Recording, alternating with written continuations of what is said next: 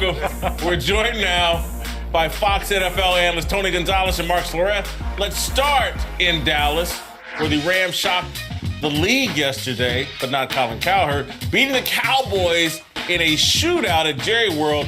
Jared Goff once again looked sharp, and Todd Gurley exploded in the second half, while Dak, Zeke, and the rest of the Cowboys offense couldn't get anything going after halftime. Here's Dak after the game. What took place in the second half? Did they do some things differently, or was it just you guys not converting on third down early? Yeah, I don't think they did anything differently. They stuck to their game plan. Second half was the same thing.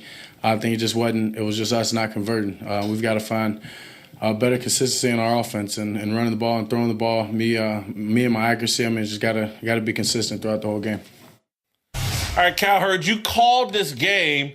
Were you more impressed by the Rams or more troubled by the Cowboys? More impressed with the Rams. Sports fans are very funny.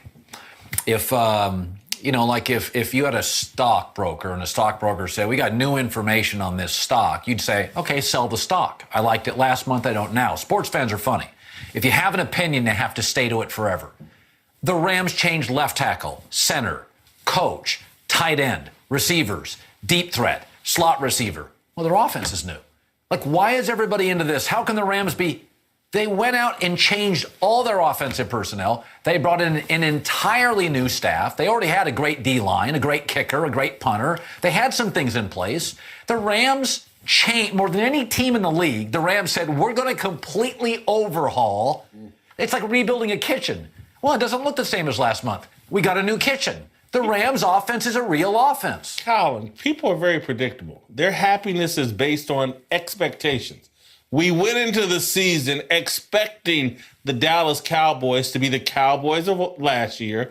We expected Dak Prescott, to elevate. I've got to be more troubled by the Cowboys. Dak's not elevating. Zeke and the offensive line and the running game have taken a step back.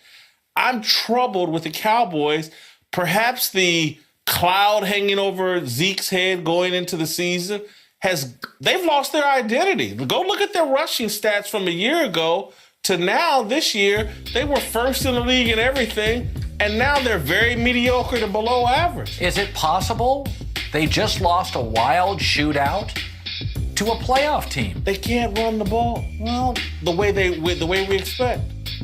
Here's the Dallas Cowboys in a nutshell. You have to understand complementary football. That means that our offense has got to possess the ball. We've got to control the time of possession because our defense is limited just from a personnel standpoint. True. That's who we are. There's one game so far this year where they've adhered to that formula. That was the first game of the year against the New York Giants. They possessed the ball, and guess what? They had more total yardage than the Giants did. And they kept their defense off the field, kept them fresh.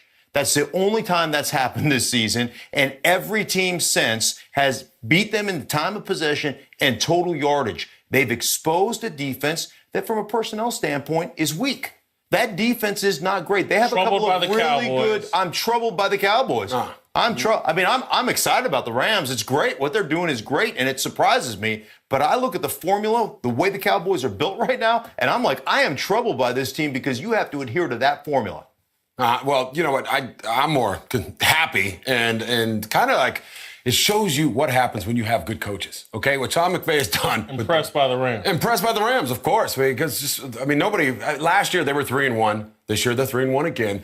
I think this is an absolutely different team. Would you agree with me saying that this is a totally different 3-1 team? Different team, just from top to bottom. And really, I think it all comes down to coaching. When you can bring, they brought in a couple players. Sammy Watkins is a big deal. Bringing in that left tackle is a big deal, but Jared Goff, that's who holds the keys. That's who drives the bus in the NFL, okay? And the way he's playing right now and the offense that he's conducting out there, it's just – and Wade Wilson, a defensive coordinator, what he's done with that Wade Phillips.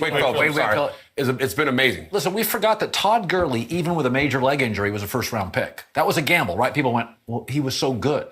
I think another thing is the initial optics on these young quarterbacks shape us. And our initial optics on Goff were hard knocks, too skinny, didn't know which coast the sun rises in. And our initial optics were, oh boy, Goff it.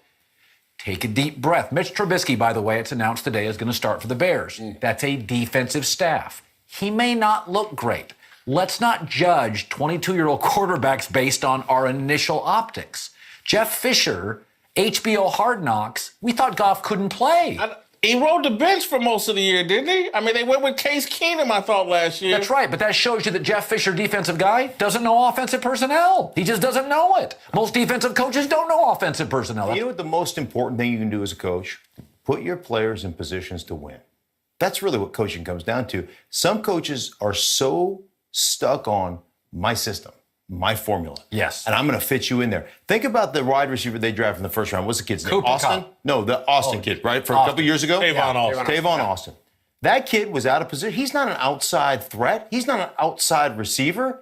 He's been out of position. Now all of a sudden, and I understand he was a first-round pick and you try to force that into, but he's a slot, gadget, jet sweep. Yeah. That's what he is. Yeah. And he's a weapon. And guess what? That's the way they use him right now. They went out and got other pieces and say, it's all right. We'll put you in a position to win. And he's been a difference maker this season for them. That's smart coaching. There's a lot of dumb coaches in this league, let me tell you. And you've played for a bunch of them, as I have. I can name a lot of them. Right. Should we go into it? Let's not get Okay. personal.